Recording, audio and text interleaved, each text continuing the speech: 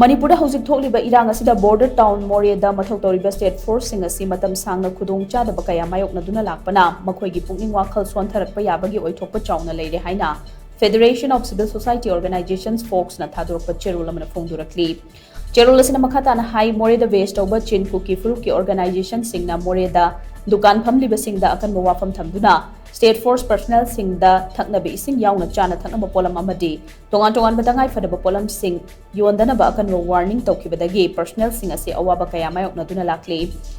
matam gachuna bullet proof gari sing matik chana leitabana aropi chatpada Khudong Chadaba kaya mayoknari Khudong Chadaba kaya si mayoknari haibagi wakat thangalabasu mari leinaba sing na tabidana lakpana personnel sing asigi moral hantharakpa yabagi phibamda leire Maramaduna, Moreh da mathou touriba personnel sing asi matam gi matumina rotation basis ta mathou tawhana bahona biu ningsing bayabadi matam chana mathou taba hidak langthak phangdaba amasung ana layengi khudong chaba phangdabana dengi na naba IRB personnel ama laikhidabagi thodok laikhrabani masigi mathakta kuki khulai paiba singi makhoto officer ama yauna personnel kya laikhidabani laibak thibadi home department na cash per truck tara tata company dagi laikhiba dugi manungda ayamba imphal yorokhrabasure zone oiriba Moreh yauna tongan mafam sing da season bagi mahuta imphal mayol da khinduna leiriba se atuba matam da tok tu na Moreh yauna tongan red zone sing da season biyo haina su cherol sina makhadarakli